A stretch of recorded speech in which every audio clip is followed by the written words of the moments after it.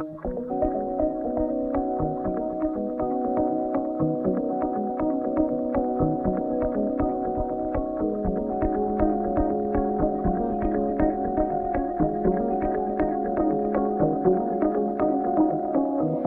New Year, everybody, and welcome to another video from ToyWorks.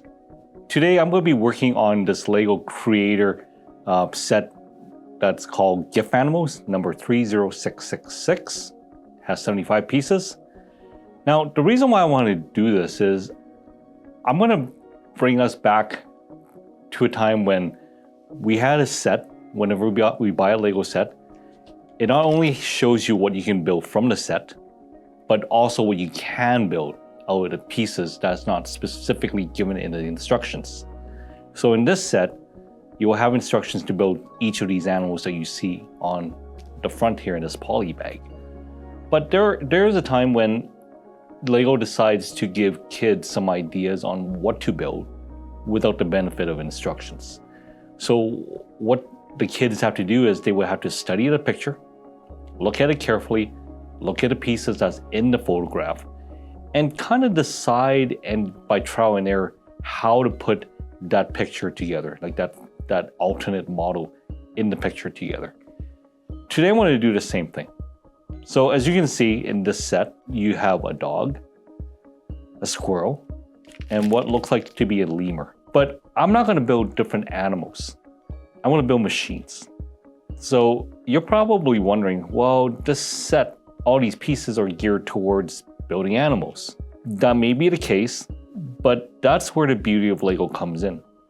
When you look at a set, you don't look at just the pieces that's involved that you have in the creation of the model that it comes with, but rather you should look at the shape of what it has so you can build other items, other things from the same pieces that, you may not really hit you until you really study the pieces. Then you can put together into something alternate that's not meant to be part of the creation in the making of this set. So I'm going to take the pieces out. And then as you can see, you have a lot of tan pieces. You have a combination of some Technic pieces, as you can see with these pins and the ball joints. And then you have some more of the recent sets like these thatch roof that you would find in the recent castle sets. Here's more Technic pieces where you have the ports where you can plug these pins in. And then you have some clips that kind of works with other models that you see that LEGO's been putting out. And then you have some decorative pieces like these eyeballs. They also include some black pieces where it's kind of used for nose and tails and whatnot. And then you have a ball joint piece. I put that with this. And then you have some clip piece where you can clip these I guess these male and female pieces together, with a lack of a better word, so that you can make the tail, the ears, the legs, and whatnot. And of course, you have some of these angled pieces where you can change the direction of your build. So say, for instance, if you want to have a texture piece, like say have a boat or some sort of like a little L-shaped piece, you can do this. But that's what we're going to be exploring today. What can we build with these pieces that you wouldn't find in the instruction booklet? So we'll just go briefly over the instruction booklet, and I'll show you what I mean by the instructions provide all the steps on building what you see in the front of the bag. So the main build obviously is a dog. So in this side of the instructions, you have the dog. And then here on the corner, it'll tell you to go to lego.com to find instructions for these other two pieces.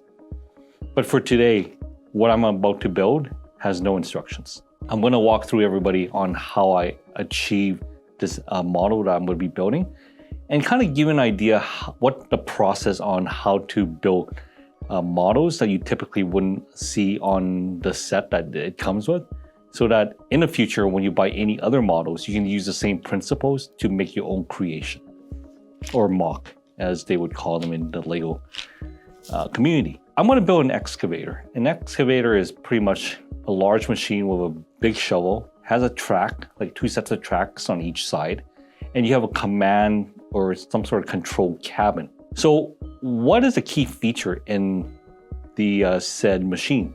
Well, the shovel. So what do we have here that would look like a shovel to you? How about this piece? The little shaggy, hairy, thatchy piece. It kind of gives you an idea that it's a shovel. I mean, it works. Same thing with this piece. Same with this. But in this case, we want something that's kind of big and imposing. So I would say something like this piece, this slope piece, would be a good piece for a shovel. What about a track? Because, like, as I said before, for a large machine like an excavator, you would have to have like some sort of, I guess, movement built into it. What can we use out of all these pieces that can be used as tracks? So we obviously don't have any belt pieces or any chain pieces as you would see in a Technic set. This is an instance where you would have to improvise the pieces, all right? What you want to do is identify as many pieces that you would say look like tracks or treads. And I would say these oval pieces would be pretty close. It's not perfect, but it's close. So when you put 1 or 2 together like this, it forms a broken tread set, but is a tread set nonetheless. So how will I go about connecting these together? So with that set, I would take maybe something like these pieces and then connect the said oval pieces onto them, since I got 4 of these, right? So I'll connect these. So when you put them together, if you view them on the side, like so, you will have your tread pieces. So how will you go about connecting these 2 together? Remember these pieces I've shown you earlier? You can use these to connect the 2 sides together, like so. And do the same for the other end.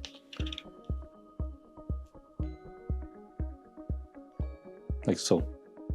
Your mileage might vary, but for this is a pretty close approximation for a bottom of a tread, where you can put the body of your excavator on top of. So to finish this off, I will use this piece to join the 2 sides together. Right, so now you have your base. So what next? Now you do the body. Ideally, you would like for it to pivot and rotate, because that's what an excavator do. You need to be able to kind of like have a main body where you attach the arm to, and then when it needs to shovel the dirt and then drop it off on some pile that you want to make, you would be able to articulate it so that it lets a shovel drop the pile dirt that it digs up and then go back and dig more up. We do not have any turntable pieces here, but what you can do is you can use whatever is available in this case, like something like this, like a jumper piece. Put it here, put it right in the middle, like so. That would form a turret. Now, for it to be more to be stable, you would like the body to rest on something that's more or less going to support it. So put one of these oval pieces on the interior. Now you'll notice that I do not have any more of those oval pieces.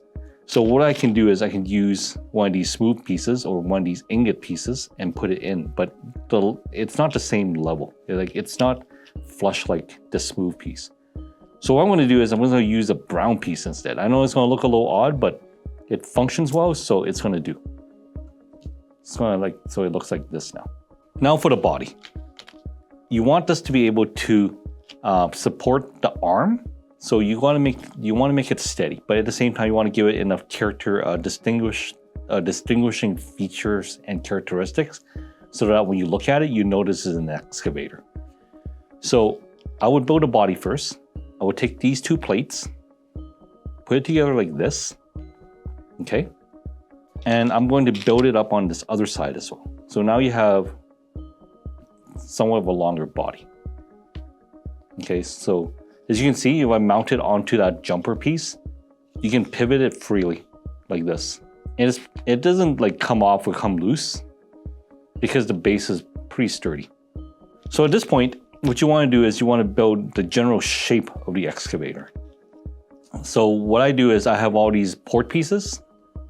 So I would put maybe one on the back like this, one on the side and the other on the side. So that's pretty much the basis of your excavator right there. So now I'm gonna go and work on the arm and then I'll come back to finishing the body. So what does the arm have? Your arm is gonna have a piece that's gonna connect to the shovel. And you may have another joint that would connect it to the arm so that it allows for it to dig up the dirt and whatnot. So I would use this piece, the ball joint piece, and the cup piece, put it together, put it on this, I guess, the shovel-shaped slope piece that I mentioned earlier, and connect it to the shovel like this. Next is I'm going to build the arm piece. So I'll take the one clip piece at the male and female end. I'll connect it like this, and then I would use another one, a similar piece, the smaller piece, and do a similar connection, like so. So for me to give it some length on the arm, some stability to the arm, I would use these these plates and connect them together, like so. I'm going to use the ingot piece to kind of give it a little bit of a texture, like something that looks a little different. And I'm going to now connect the arm to the shovel like this. And this other end, I'm going to connect to this part. So now you have like a little excavator looking type of machine that's kind of coming into view here. So now I'm just going to finish this up. I'm going to use the remaining plates to give it a stability. So I'm going to put one of these port pieces with these bricks of the ports. So I'm going to take this out first. Put another plate here. And I am going to take another slope just to give it some shape. Put a clip there. Okay. Gonna put this in. So there's your control box. And that's pretty much what you can do with this set if you want to build a little machine out of it. So what does it do? So it does two things. Number one, you can pivot the control cabinet like I was mentioning earlier. And you can also articulate the arm and the shovel. Now, you have all these pieces remaining. You could always use them up just to kind of flesh out the build. And what I like to do is I would like to take some of these pins, put them in, like so, and kind of use up whatever pieces that's not used up here.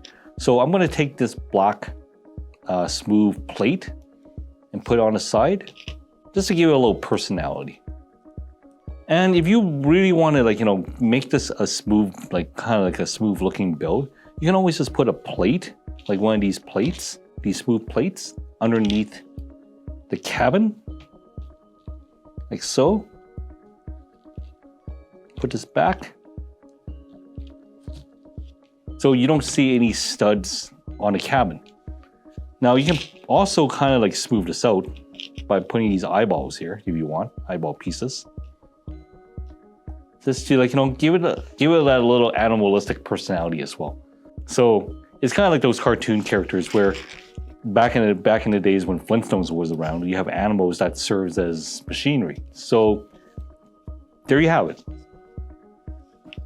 You have a little excavator that you can build from a set that's purely made for animals. Now, another set or another machine I would like to build in this video is I would like to build the X-Wing.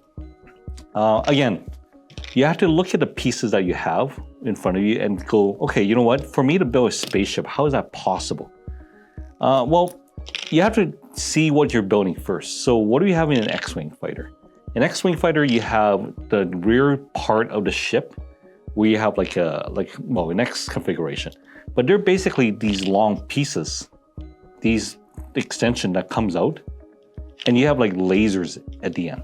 For you to do that, you would have to find pieces that would allow you to attach onto the wing itself and to the body or the fuselage. And then at the tip of the wings, you would have lasers.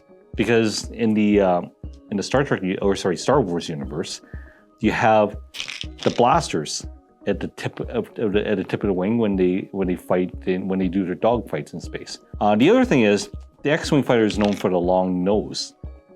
So you gotta look at your material here and go, okay, what can I use for the fuselage and that distinctive nose look? And of course, there's a cockpit in the back where it's kind of sloped.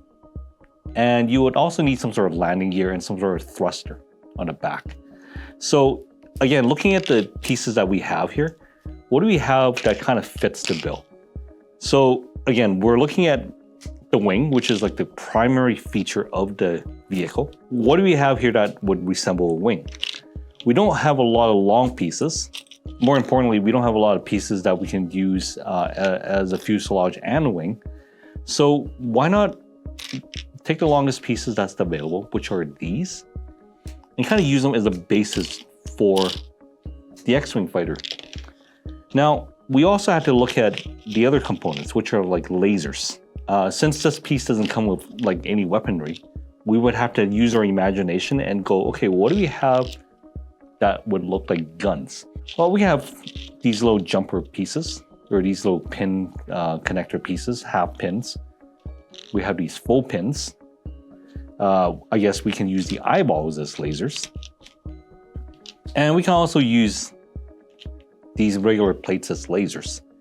The problem is with this, we don't have a lot of plates. We only have 2. And since we need 4, we would have to find at least 4 pieces that can serve as lasers.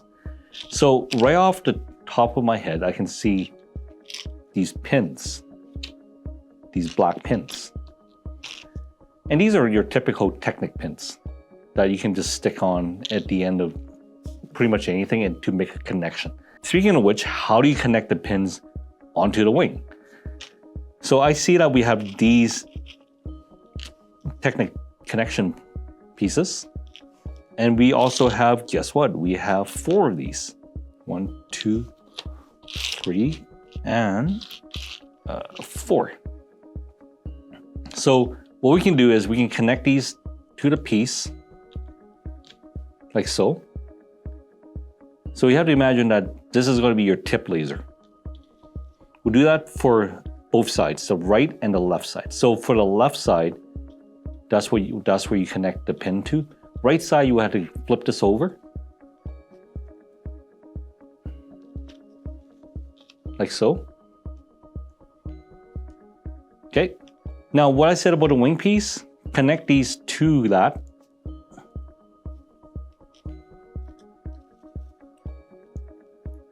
Okay. So that's for the right side. Left side.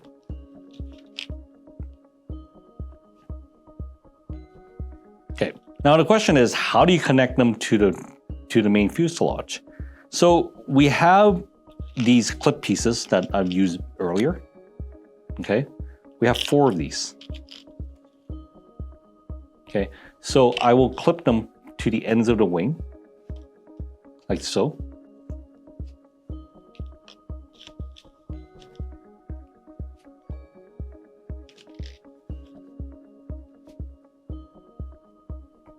So now you can kind of begin to see the X-Wing take shape. This is actually serendipitous because in the set, these joints are used for the animal's legs, head, tail, pretty much any parts that can give you articulation. So how I came to do this is when you look at a spacecraft like the X-Wing, you have like angular features like the wings, and you have like connection points that you can clearly see where you can connect the main features to the body of the spaceship. Now what I'm going to do is I'm going to put this aside. I'm going to build a fuselage. So again, the fuselage is kind of tricky because you need a long piece and we don't have a lot of the long pieces. So what I'm going to do is I'm going to make sure that all the pieces that we have here we can use them, but at the same time, we're not going to run out. We need it for other things like say landing gear, the nose and whatnot.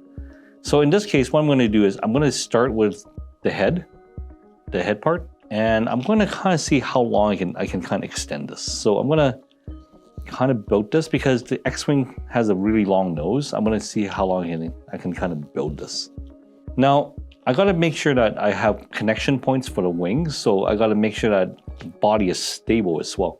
I don't want it to be too lanky so that when I do connect the pieces, it's going to come dropping off. Now I'm going to see if I can find a point to fix the wings onto. Like so.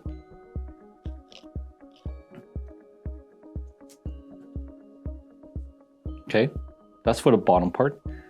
And then I'm going to use these pieces to create the back, because I do want thrusters for this thing. Okay. Now I'm going to use these other pieces here. They kind of build up the canopy area. Okay, because the canopy shape is more or less a slope. Okay, so I'm going to do this. Okay, and then I'm going to attach the other set of wings on the bottom. Like so. So now you can kind of see it coming, making a, taking shape. So now I'm going to kind of flesh out the details. For the thrusters, I would use these black pieces. Or if you like, you can use the eyeballs.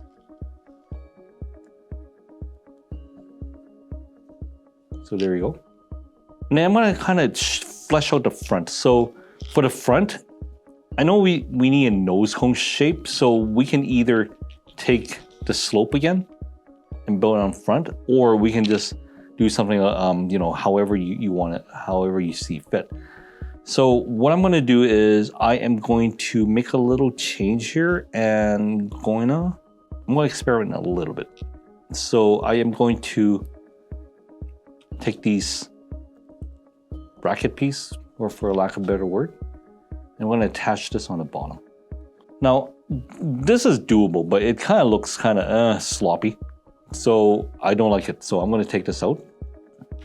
And I'm going to kind of look at what I have left, because I want to keep everything within the set and see if I can kind of make a more acceptable nose cone. So one of the things I can do is I can put two of these together and kind of do a nose cone shape, but I need some way of connecting them together.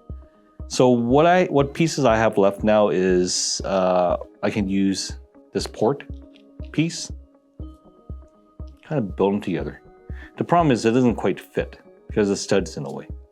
So we have to do something else. So another thing I can do is I can probably take out these two pieces in the front and use this jumper piece that I used before for the turret, and see what I can do to kind of add some nose cone piece onto it.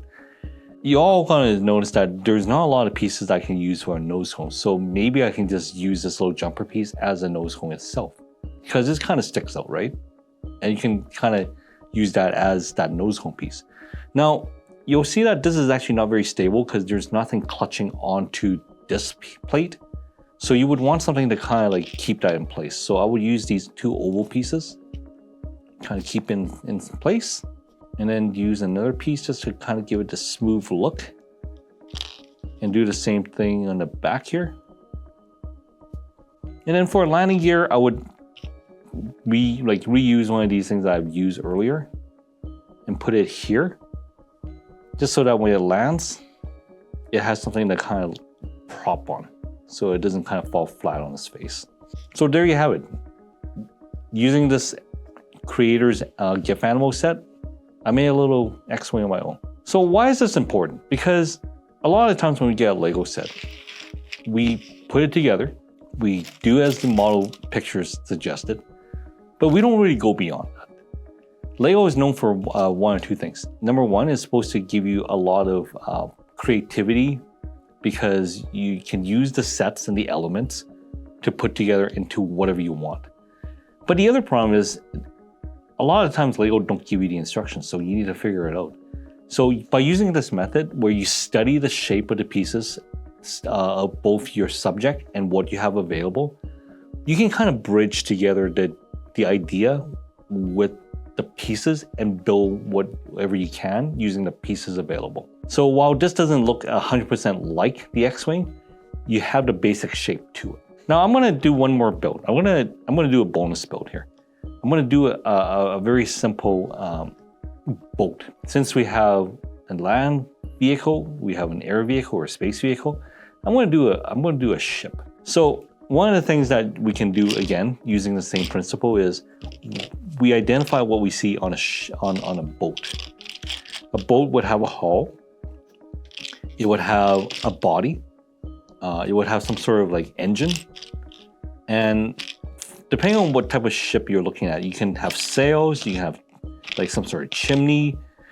You can use a catamaran type of boat where you have like 3 hulls, whatever you like to do.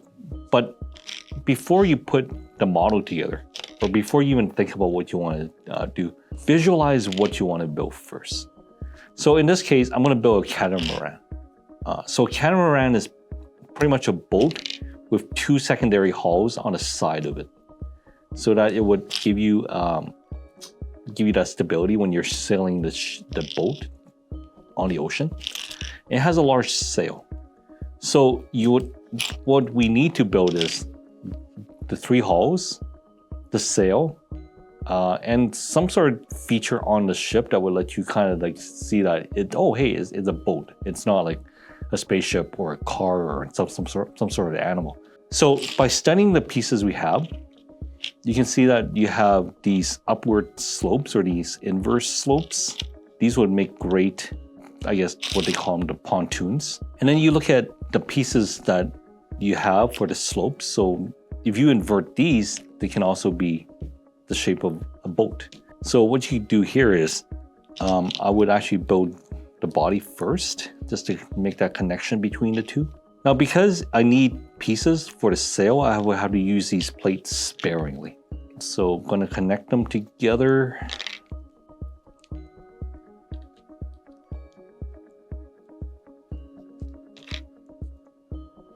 And then for the boat, I'm going to use the same method as I did with the ship or with the X-Wing. I'm going to use these long pieces and connect them. Okay, so you'll notice that these pieces are upside down compared to the outriggers or the 2 secondary hulls. So how do you connect them together without having to flip the pieces or have to make some sort of like connection where you would have to use illegal building methods? Well, that's where these clip pieces come in. I would clip them at the end here, like so. Because the clip pieces, it doesn't have to be the same direction as the main thing that you're connecting to. So you can see right now, I can kind of make these connect by going like this, okay? So I'm gonna actually connect these two together by, again, using these pieces, the plates, and connect them together. So there's your basis of your boat. Now you gotta make the sail, right?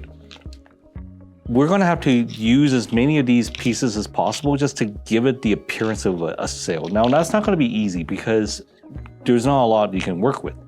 So you kind of have to work with your imagination on this one and kind of see what you have here to make sure that whatever that you're building kind of more or less resembles a sail. So I would use these curved pieces and kind of make a kind of like a sail shape construction, like so, and kind of top it off with this. Okay. Now, as very much like the excavator, I can always use a joint piece like this and make a connection like this, so that you have like a small tiny mass like this. And because the joint is very much like the outrigger parts, you can connect that upside down, and then there you have it. You have your little catamaran, little boat. Now you can always add an outboard motor by connecting another piece on the back here, the angle piece. Make a very exaggerated rudder in the back, or outrigger motor, like so.